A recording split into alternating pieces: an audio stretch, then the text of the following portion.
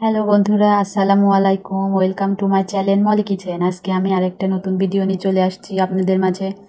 আজকে আমি তৈরি করব ডিম ভাপার রেসিপি। দেখতে থাকুন, খুব সহজভাবে ডিম ভাপার রেসিপিটা আমি তৈরি করে দেখাবো। আমি একটা পাত্র নিয়েছি, পাত্রতে আমি 4টা ডিম নেব।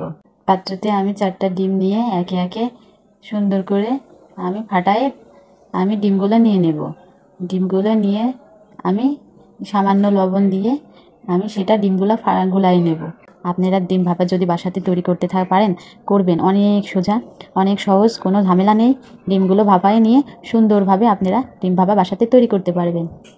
ডিমগুলো আমি 4টা দিয়ে দিয়েছি, তাতে পরিমাণ মতো লবণ দিয়ে ডিমগুলো সুন্দরভাবে গুলাই নিতে হবে। আমি একটা পাত্রেতে নিব, আমি একটা সুন্দর ঢাকনাযুক্ত পাত্র নেব। তাহলে ওটা ভাপ দিতে গেলে ওটা কোনো সমস্যা হবে না, ভেতরে পানিও যাবে না। দেখুন ডিমটা এবার হয়ে আসছে। ডিমটা আমি ফাটাই নিয়েছি। এবার আমি একটা ঢাকনাওয়ালা বাটি নিব। বাটিতে আমি সামান্য পরিমাণ তেল দিয়ে টিস্যুর সাহায্যে আমি চারিদিকে তেলটা সুন্দরভাবে আমি লাগাই নেব। তেলটা লাগাই নিলে যাতে আমি ডিম ভাপানোর সময় যাতে ডিমটা বাটির সঙ্গে লেগে না যায়, সেজন্য আমি সুন্দরভাবে টিস্যুর সাহায্যে চারিদিকে সুন্দরভাবে মাখাই নেব। তেলটা মাখায় নিলে ডিমটা বাটির সঙ্গে লেগে থাকবে না। তারপরে আমি সুন্দর করে মাখিয়ে নিয়ে ডিমটা পাত্রতে আমি ঢেলে দিয়ে সুন্দরভাবে আটকায়ে দিয়ে বসাই দিব। বেশি অতিরিক্ত পানি দেওয়া যাবে না, বাটিটার অর্ধেক পানি দিতে হবে, না হলে বাটির মধ্যে পানিটা ঢুকে যাবে বলক উঠে আসলে। পানির মধ্যে বসাই দিয়ে আমি একটা ঢাকনা দিয়ে ঢেকে দিতে হবে, যাতে ভালোভাবে ভাপটা হয়। ঢেকে দিয়ে আমি বেশিক্ষণ ভাপ দেওয়া যাবে না। বেশিক্ষণ ভাপ দিলে পারে আপনার ডিম ভাপাটা অনেক শক্ত হয়ে যাবে। শক্ত হয়ে গেলে খাইতে মজা লাগবে না। তাই আমি কিছুক্ষণ জাল দিয়ে নেব। ডিম ভাপাটা আমি নামাই নেব। নামাই নিয়ে দেখুন আমি একটা কাঠির সাহায্যে দিয়েছি, ডিমটা অনেক সুন্দরভাবে সেট হয়ে গেছে। এবার আমি একটা প্লেটে ডিমটা চারিপাশে ছুরি দিয়ে করে নিয়ে আমি ডিমের ভাপাটা প্লেটে আমি নামাই নেব। নামাই নিয়ে ডিমটা আমি সুন্দর করে নামাই নিয়ে আমি পিচ করে কেটে নেব। কত সুন্দর দেখানো গেছে। ডিমটা আমি পিচ করে কেটে নিয়ে আমি প্যানেতে তেল বসাই দিয়েছি। তেলটা দিয়ে আমি ডিমটা অল্প কিছুক্ষণ ভেজে নেব। বেশিক্ষণ আমি ভাজবো না ডিমটা, অল্প কিছুক্ষণ একটু লাল লাল করে ভেজে নেব। ভেজে নিয়ে আমি ডিমটা উঠাই নেব। যারা অনেকে আছে ডিম খাইতে চায় না, আস্ত ডিম খাইতে চায় না, আপনারা বাসাতে এরকম ডিমের ভাপা তৈরি করে দেখবেন, অনেক টেস্ট লাগবে খাইতে। আর কেউ বুঝতেও পারবে না যে এটা কি ডিম না অন্য কিছু, একদম মাছের পিসের মতো লাগে, বড় বড়। ডিম ভাপাটা ভাজা হয়ে গেছে। আমি ওই একই তেলে আগে থেকে কুচি করে রাখা আলু আছে, আলুটা ধুয়ে নিয়েছি, সেই আলুটাও আমি একই তেলে ভাজবো, সুন্দর করে ভাজবো। নেড়ে চেড়ে আমি একটু সামান্য করে ভেজে নেব। একটু সামান্য হলুদ আর অল্প একটু সামান্য লবণ দিয়ে আমি আলুগুলোকে ভাজবো। সুন্দর করে ভেজে নেব আমি। আলুটা নেড়ে চেড়ে আমি ভেজে নেব।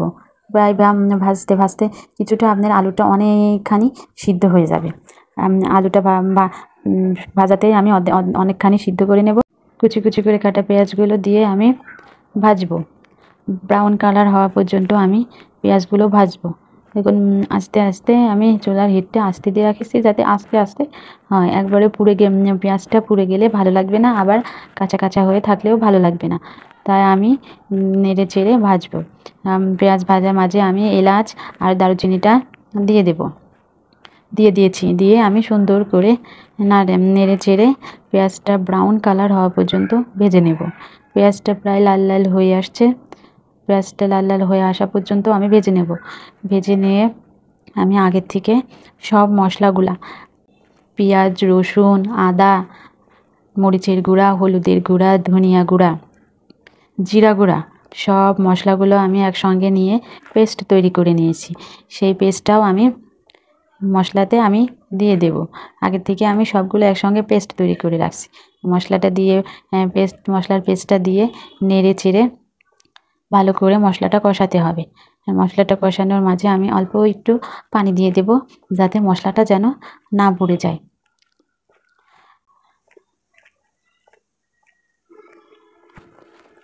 পানি দিয়ে সুন্দরভাবে উপরে মশলাতে তেল ওঠা না পর্যন্ত, উপরে তেল আসা না পর্যন্ত আমি মশলাটা কষাই নেব। আর মশলা যত বেশি কষানো যায় তরকারিটা বেশি মজা হয়। আপনারা মশলাটা একটু বেশিক্ষণ ধরে কষাবেন, দেখবেন অনেক মজা লাগবে। মশলাটা কষানোর মাঝে আমি কিছু কাঁচামরিচ ফালিটা দিয়ে দিব, দিয়ে নেড়ে নিচ্ছি। নেড়ে নিয়ে সুন্দর করে মশলাটা আমি কষাই নেব। সুন্দর করে মশলাটা কষাই নিয়ে আমি কষাতে কষাতে একটু পানি দিয়ে দিই, মাঝে সময় একটু পানি দিয়ে দেবো যাতে মশলাটা যেন না পুড়ে যায়। মশলাটা আমি নেড়ে চেড়ে কষাই নেব।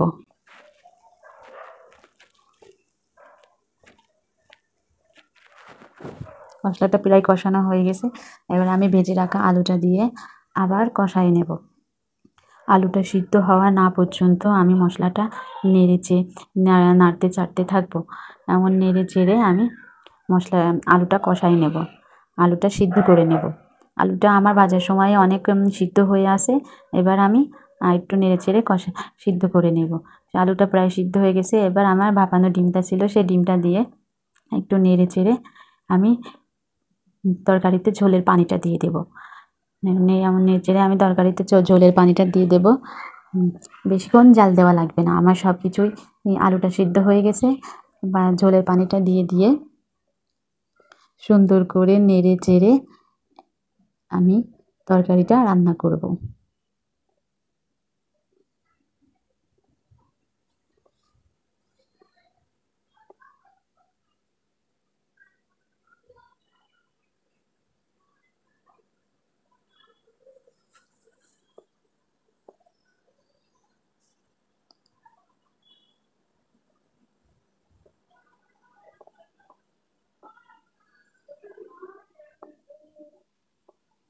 ঝোলটা ফুটছে, দেখুন ডিমগুলা কত সুন্দর ফুলে উঠেছে, দেখতে অনেক সুন্দর লাগছে।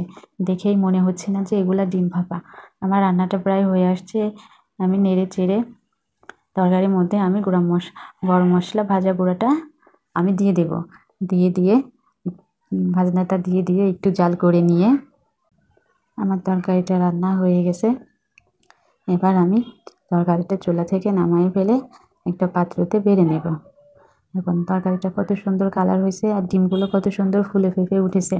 আপনারা বাসায় তৈরি করবেন, অনেক সহজভাবে তৈরি করতে পারবেন।